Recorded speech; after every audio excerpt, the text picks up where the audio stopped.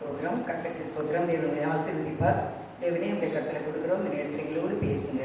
இயேசுவின் நாமத்தில் வேண்டிக் கொள்கிறேன். நல்ல பிதாவே.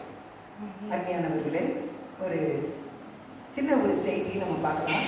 என்ன அப்படின்னா, நம்ம ஒரு காரியத்துக்காக எப்படி ஜெபிக்கணும். ஏன்னா ஜெபம்தான் ஜீவன். ஜெபம் இல்லைன்னா உங்களால் ஒன்றுமே செய்ய முடியாது. ஜெபம் தான் தேவன் நமக்கு கொடுத்த ஒரு கிருபை வரம் தான், அது ஜெபம் தான். அப்படிப்பட்ட ஒரு ஜெபத்தினால எவ்வளோ பெரிய நன்மை அற்புதம் நடந்தது அப்படிங்கிறத நம்ம பார்க்கலாம். வேதத்தின் அடிப்படையில் அப்போஸ்தலர் நடவடிக்கைகள் 12வது அதிகாரத்தை நம்ம பார்க்கும்போது 4வது வசனம். அவனை பிடித்து சிறைச்சாலையிலே வைத்து பஸ்கா பண்டிகைக்கு பின்பு ஜனங்களுக்கு முன்பாக அவனை வெளியே கொண்டு வரலாம் என்று எண்ணி அவனை காக்கும்படி வகுப்புக்கு 4 பேர் போர் சேவகராக ஏற்படுத்திய 4 வகுப்புகளின் வசமாக ஒப்புவித்தான். அப்படியே பேதுரு சிறைச்சாலையிலே காக்கப்பட்டிருக்கையில் சபையார் அவனுக்காக தேவனை நோக்கி ஊக்கத்தோட ஜெபம் பண்ணினார்கள். பேதுரு ஆண்டவர் உயிர்த்தெழுந்த பிறகு இயேசுப்பா 50வது நாள் இந்த உலகத்தில் 40 நாள் இருந்தாங்க. 40 நாள் இருந்தாங்க. பிறகு பரலோகத்துக்கு போயிட்டாங்க. உடனே சீடர்கள் எல்லாம் இயேசு கிறிஸ்துவுடைய அந்த உபதேசத்தை அவர் எதுக்காக வந்தார், நம்மளை மன்னிக்க வந்தார், பாவத்தை மன்னிக்க வந்தார், அதுதான் பிறந்தார், அதான் சிலுவையில் பாவங்களுக்காக சிலுவையில் அறையப்பட்டார், உயிர்த்தெழுந்துட்டாரு. இப்போ அதை நம்ம எல்லாருக்கும் சொல்ல வேண்டும். இயேசுவின் நாமத்தினால் பாவம் மன்னிக்கப்படும் என்பதை சொல்ல வேண்டும் அப்படிங்கிற அந்த காரியத்தை இவர்கள் பேசுகிறார் சீடர்கள். அதே மாதிரி பேதுரும் அப்படி பேசி கொண்டு இருக்கும்போது அவர் என்ன செய்யறாங்க அப்படின்னா, அந்த நாட்களில் வாழ்ந்த அந்த ஏரோ ராஜா அந்த சபையில் எல்லாரையும் துன்பப்படுத்த ஆரம்பிச்சிட்டாங்க. துன்பப்படுத்தினவங்க பேதுருவை, அதான் நீங்கள் வாசித்தது கேட்டிருப்பீங்க 5வது வசனத்தில், பேதுருவை சிறைச்சாலையிலே பிடித்து காவலிலே வைத்தார்கள். அதில் நீங்கள் 4வது வசனத்தில் நீங்கள் கேட்டீங்க, அவனை பிடித்து அவனை காக்கும்படி வகுப்புக்கு 4 போர் சேவகராக ஏற்படுத்திய 4 வகுப்புகளின் வசமாக ஒப்புவித்தான். 4 வகுப்புகளின் வசமாக 12 பேர். ஒரே ஒரு பேதுருவை ஜெயிலிருந்து வெளியே போடாம பார்க்கறதுக்கு 12 பேர். இதில் நீங்க என்ன அறிகிறீங்க அப்படின்னா, பேதுரு எவ்வளவு பெரிய ஆள், எவ்வளவு பெரிய ஆள் பார்த்தீங்களா? பேதுரு ஒரு பேருக்கு 12 பேர் பாதுகாக்கனா பேதுரு பெரிய சுவிசேஷம் அறிவிப்பதுனால. அதே போலதான் இன்னைக்கு இயேசு கிறிஸ்துவின் அன்பை அறிவிக்கிற நீங்களும் நானும் நம்ம அவருடைய கிருபையினால நம்ம பெரிய ஆள். ஏன் நமக்கு எதிராக வருகிறார்கள் அப்படின்னா, நம்ம அவருடைய கிருபையினால விசேஷித்தவர்கள். அப்போ இப்போ ஜெயிலில் போட்டாச்சு பேதுரு ஐயாவை. ராயப்பர் அவரை எரிச்சிட்டாங்கன்னா ஜெயிலில் போட்டாங்க. 12 பேர் பார்த்துக்கிட்டு இருக்காங்க. அப்போ 5வது வசனத்தில் பேதுரு சிறைச்சாலையில் காக்கப்பட்டிருக்கையில் சபையார் ஊக்கத்தோட ஒரு ஜெபம் பண்ணாங்க. ஆண்டவரே, எங்கள் பேதுருவை கொண்டு வரும். ஏன்னா பேதுரு தான் சரியான ஆள், முரட்டு விசுவாசி, முரட்டு பக்தர், ஊழியத்தில் வல்லமையானவர், அறங்களினால் நிறைந்தவர், ஏசப்பா கூட ரொம்ப எதுனாலும் முந்தி செய்கிறவர். பேதுரு ஜெயிலில் போட்டாச்சுன்னு நம்மளாம் என்ன செய்ய அப்படின்னு சொல்லி எப்படியாவது வெளியே கொண்டு வரும் என்று சபையார் ஊக்கத்தோடைய ஜெபம் பண்ணினார்கள். இந்த செய்திக்கு தலைப்பு நான் என்ன கொடுக்கேன் அப்படின்னா, ஊக்கமான ஜெபம் பெரிய காரியத்தை செய்யும் என்று பார்க்கிறோம். இப்போ ஊக்கத்தோட ஜெபம் பண்ணிக்கிட்டு இருக்காங்களா? அப்போ என்ன நடக்கு அப்படின்னு அவங்க ஏரோது இவரை குறிப்பிட்ட நாளுக்கு, அதாவது 6வது வசனவாசியமா, ஏரோது அவனை வெளியே கொண்டு வரும்படி குறித்திருந்த நாளுக்கு முந்தின நாள் ராத்திரியிலே பேதுரு 2 சங்கிலிகளினாலே கட்டப்பட்டு 2 சேவகர் நடுவே நித்திரை பண்ணி கொண்டிருந்தான். காவற்காரரும் கதவுக்கு முன்னிருந்து சிறைச்சாலையை காத்து கொண்டிருந்தார்கள். பேதுருவை 2 சங்கிலிகளினால், ஒன்று கையில் 2 இருக்கும், இல்லை காலில் விலங்கா இருக்கும். கையில் ஒரு விலங்கு, காலில் ஒரு விலங்கு, 2 விலங்கு, 2 சங்கிலி. காலாலையும் போக முடியாது, கையால எதையும் திறக்க முடியாது. 2 போர் சேவகர் நின்றுக்கிட்டு இருக்காங்க. ஆனால் பேதுரு ஐயா என்ன செய்தாங்க அப்படின்னா, தூங்கிட்டு இருந்தாங்க. இவர் அடுத்த நாள் கொலை செய்யணும், பேதுரு ஐயாவை அடுத்த நாள் கொலை செய்யணும். ஆனால் இவர் தூங்குறாரு. எதுக்கு, ஏன் அப்படி தூங்கினார் அப்படின்னா, இருந்தால் ஊழியம் செய்வோம், செத்தா பரலோகத்தில் போய் இயேசுவை பார்க்க போகிறோம், அவ்வளோதான். அந்த ஒரு நல்ல நிச்சயத்தில் அவர் தூங்கிட்டாருங்க. இன்னைக்கு உங்களுக்கும் நிறைய பாவம் இருக்குது. நிறைய பிரச்சனை இருக்கு, ஆனா நீங்க ஆண்டவரே நீங்க கூட இருக்கீங்க.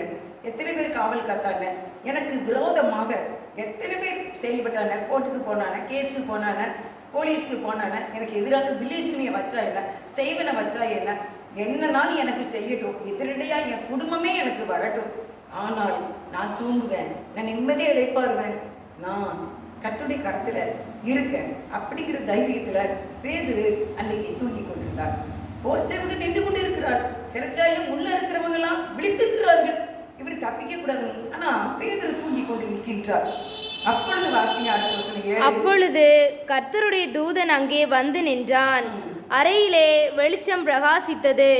அவன் பேதுருவை விலாவிலே தட்டி, சீக்கிரமாய் எழுந்திரு என்று அவனை எழுப்பினான். உடனே சங்கிலிகள் அவன் கைகளிலிருந்து விழுந்தது. இவர் தூங்கிட்டு இருக்கும்போது தேவதூதன் வந்தார். சேவருக்கு தெரியல, மிலிட்ரிக்கு தெரியல, வந்து விலாகுல தட்டினார். விலாகுலன்னா என்ன சொல்லுவாங்க தெரியுமா?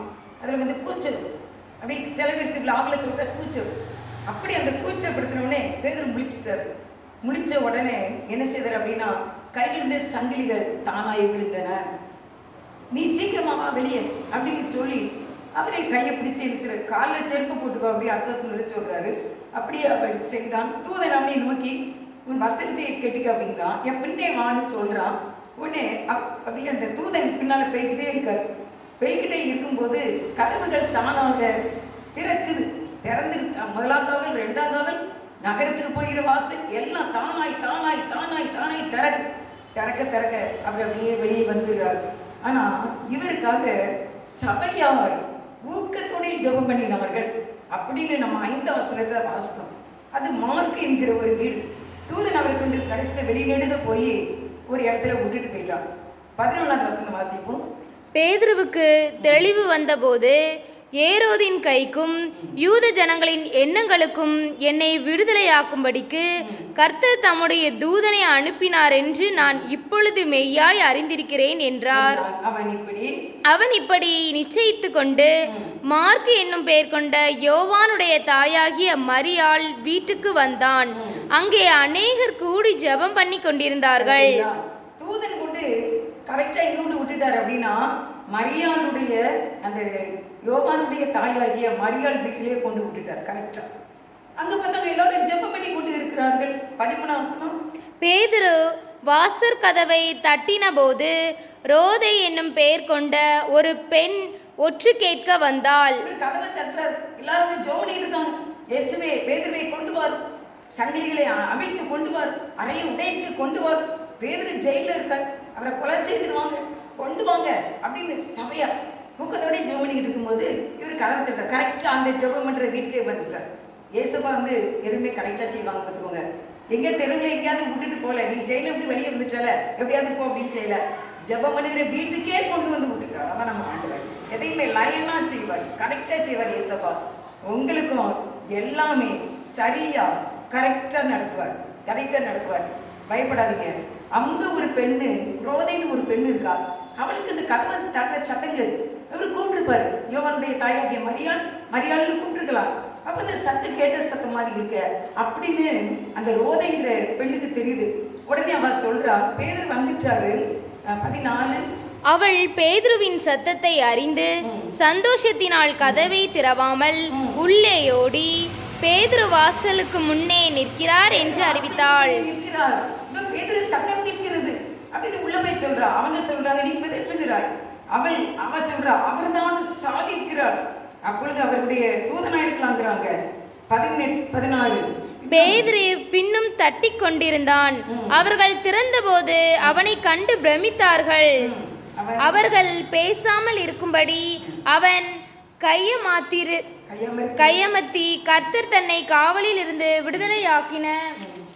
விடுதலையாக்கின விதத்தை அவர்களுக்கு விவரித்து, இந்த செய்தியை யாக்கோபுக்கும் சகோதரருக்கும் அறிவியுங்கள் என்று சொல்லி புறப்பட்டு வேறொரு இடத்திற்கு போனான். பொழுது விடிந்த பின்பு பேதுருவை குறித்து சேவகருக்குள்ளே உண்டான கலக்கம் கொஞ்சமல்ல. ஏரோது பேதுரு என்ன செய்தாரு, அந்த வீடு கதை திறந்தாங்க. எல்லாருக்கும் ஆச்சரியம். ஊக்கமான ஜெபம் ஒரு பெரிய விடுதலையை கொண்டு வந்தது. அருமையானவர்களே, தானாக எல்லா கதவுகளும் திறந்து அவர் வெளியே வந்தார். எல்லாரும் காலையில் பொழுது விடிந்து பார்க்காங்க, பேதுருவை காணும், ஜெயிலில் காணும். அவர்களுக்கு இருந்த பயம் கொஞ்சம் இல்லை. ஏன்னா மேல் அதிகாரிகள் கேட்பாங்கல்ல, நீ என்ன செய்வீங்க பார்க்காம அப்படின்னு. ஆனால் தேவனுடைய ரகசியம், தேவதூதனை அனுப்பி பேதுருவை வெளியே கொண்டு வந்து விடுதலை செய்தார். அருமையானவர்களே, என்ன காரணம் தெரியுமா? சபையாருடைய ஊக்கமான ஜபம். தேவதூதனை ஜெயிலுக்கு அனுப்பி கட்டுகளை அறுத்து கதவுகள் தானாக திறமுண்டு வெளியே வந்து மறுபடியும் பேதுரு ஊழியம் செய்தார். நம்முடைய வாழ்க்கையில கூட கதவடப்பட்டிருக்கா? முதலாகாவலா, ரெண்டாகாவலா, நகரத்தின் தலைவாசலா, எதுவா இருக்கட்டும், சங்கிலிகளா, போராட்டங்களா, கேஸா, போலீஸா, கோட்டா இருக்கட்டும், எல்லாவற்றையும் இன்று தேவன் நம்மை விடுவிப்பார். நம்ம செய்ய வேண்டிய ஒரே ஒரு காரியம் ஊக்கமான ஜெபம். ஆண்டவரே, நீர் என்னை ஆசீர்வதிக்காவிட்டால் போய் விட மாட்டேன், சங்கிலிகள் அறுபடாவிட்டால் போய் விட மாட்டேன், கோர்ட்டு கேஸ் எல்லாம் நிர்மலமாகி எனக்கு சமாதானம் தருவரைக்குமே விட மாட்டேன். குழந்தையோ, திருமண காரியமோ, நன்மையோ, எல்லா காரியமாக இருந்தாலும் சரி, நீங்கள் ஊக்கமான ஜெபத்தை ஏறிடுங்கள், வெற்றி நிச்சயம். God bless you.